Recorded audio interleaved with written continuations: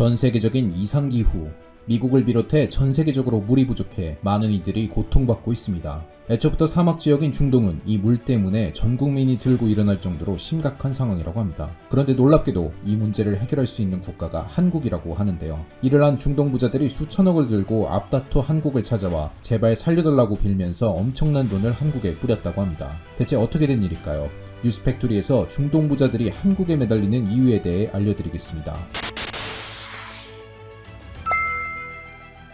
두동강난 소화전, 마을 주민들은 허탈한 표정으로 잘려진 소화전을 지켜봤습니다. 벌써 마을에 두 번째 물도둑이 발생한 곳이었습니다. 주민들은 갈수록 어려워지는 상황에 한숨만 내쉬었죠. 마을 주민들에게는 올해 2021년은 최악의 해였습니다. 코로나는 물론이고 각종 질병에 심지어 가뭄까지 닥쳐왔기 때문입니다. 문제는 이 마을만 물도둑을 겪은 것이 아닌데요. 미국은 지금 최악의 가뭄으로 많은 이들이 고통받고 있습니다. 저수지는 물론이고 풍부한 물로 유명한 미시시피 강까지 물이 부족하다는 소식이 나오면서 미국 전역에 물 비상사태가 내려졌습니다. 가장 최악의 장소는 바로 캘리포니아입니다. 물이 가장 귀한 자원이 되자 급해진 사람들이 물을 훔쳐가는 사태까지 발생한 것이죠. 캘리포니아 절도단속팀 소속 존 노레스 팀장은 CNN과의 인터뷰에서 물 절도가 올해만큼 심했던 적이 없다고 말했습니다. 선진국인 미국도 가뭄으로 인해 혼란이 심해지는 상황. 애초부터 물이 적었던 중동 역시 이상기후로 인한 가뭄의 피해를 겪고 있습니다. 이곳은 미국보다 더 심각한 상황을 맞이하고 있죠. 더위에 지치고 물이 없어 힘들어하던 이란 주민들은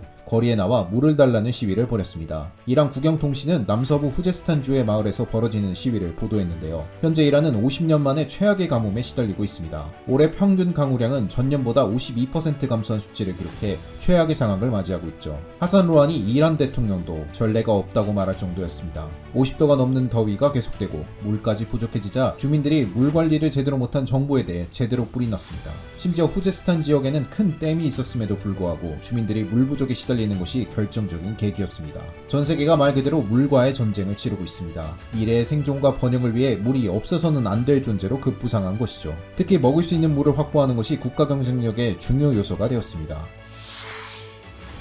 물자원 경쟁은 생존의 문제일 뿐만 아니라 미래 산업에 있어서 핵심적인 자원이라 할 수 있는데요. 사용할 수 있는 물을 많이 확보하는 것이 국가에게 있어 중요한 문제로 대두되는 상황입니다. 여러 아이디어들 중 바닷물을 사용하자는 아이디어가 있는데요. 바닷물을 먹을 수 있는 물로 만든다면 식수 부족도 해결할 수 있을 뿐더러 공업용 물로도 사용이 가능합니다.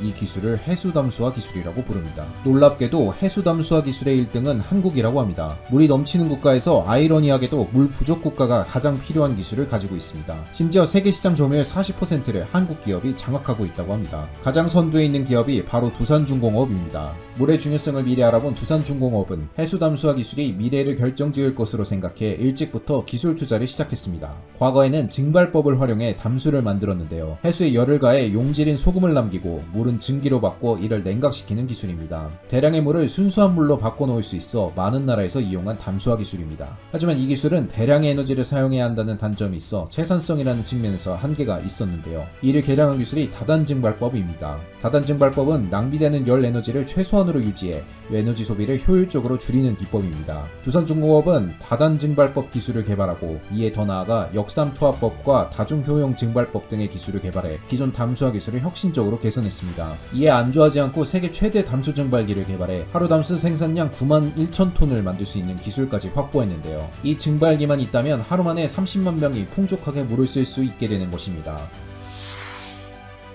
일찍부터 한국의 기술력을 알아보고 적극적으로 담수화 장비를 들이려고 했던 곳이 있는데요. 바로 중동 국가들입니다. 물이 부족해 항상 위기였기에 중동 국가들은 한국의 기술을 보자마자 눈이 뒤집혔다고 하는데요. 사우디아라비아는 해수 담수화 기술을 활용해 식수를 마련하기 위한 사업을 추진했습니다. 주요 파트너로 한국을 선택했는데요. 1978년에 시작된 사우디의 이 사업을 두산중공업은 성공시켜 중동 진출의 발판을 마련했습니다. 한국 기술이 좋다는 소문이 퍼지면서 많은 중동 국가들이 러브콜을 보냈는데요. 당시 미국이나 유럽 업체가 담수화 기술로 유명했지만 점점 한국이 선도자적 위치를 차지하며 한국 기업이 담수화 기술에서 다른 국가들을 압도적으로 제치게 되었습니다. 2000년대 들어서는 아랍에미리트의 후자이라, 사우디아라비아 쇼아이바 프로젝트 등 중동 지역에서 벌어지는 대부분의 담수 플랜트 건설 수주를 한국이 맡으면서 업계 1위에 올랐습니다. 세계 최대인 사우디아라비아 얌부 MED 해수 담수화 설비에도 참여해서 서구 업체들을 제치고 당당히 사업 대상자로 낙점받았는데요. 이때 이 기술을 인상적으로 봤던 사우디아라비아 정부 정부는 세계 최대 규모 해수 담수화 플랜트인 라스알 카이르 프로젝트까지 한국에 의뢰했습니다.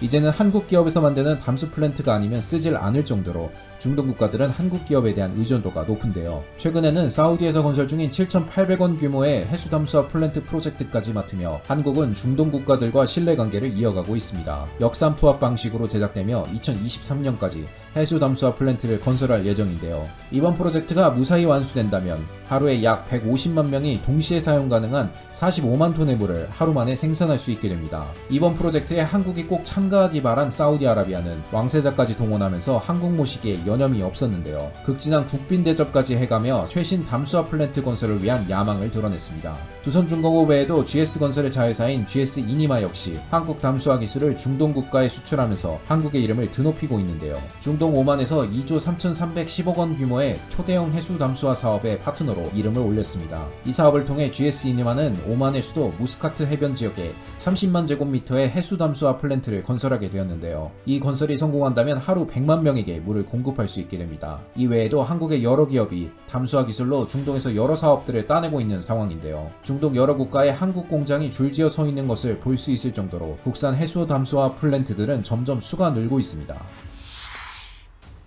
대만에서는 올해 3월 유래를 찾기 힘들 정도로 심각한 가뭄이 일어났는데요. 이 때문에 반도체에 필요한 물을 공급받지 못해 나라가 휘청이는 사태가 벌어지기도 했습니다. 물은 단순히 목숨을 좌지우지하는 데서 끝나는 것이 아니라 한 나라의 경제를 뒤흔드는 중요한 요소가 된 것입니다. 한국은 적어도 물 때문에 위기에 빠지지는 않을 것 같습니다. 담수화 기술 덕분이라 할 수 있는데요. 풍부한 물을 가지고 있을 뿐만 아니라 담수화 기술까지 보유한 한국은 미래 산업에 있어서도 주도권을 쥘 전망입니다. 한국은 어디까지 발전을 이어나가는 것일까요? 앞으로 한국이 담수화 기술에 있어 최고 수준을 유지하기를 바라며 이상기후로 고통받는 이들에게 한국이 구원자가 되기를 소망하겠습니다. 지금까지 뉴스팩토리였습니다. 시청해주셔서 감사합니다.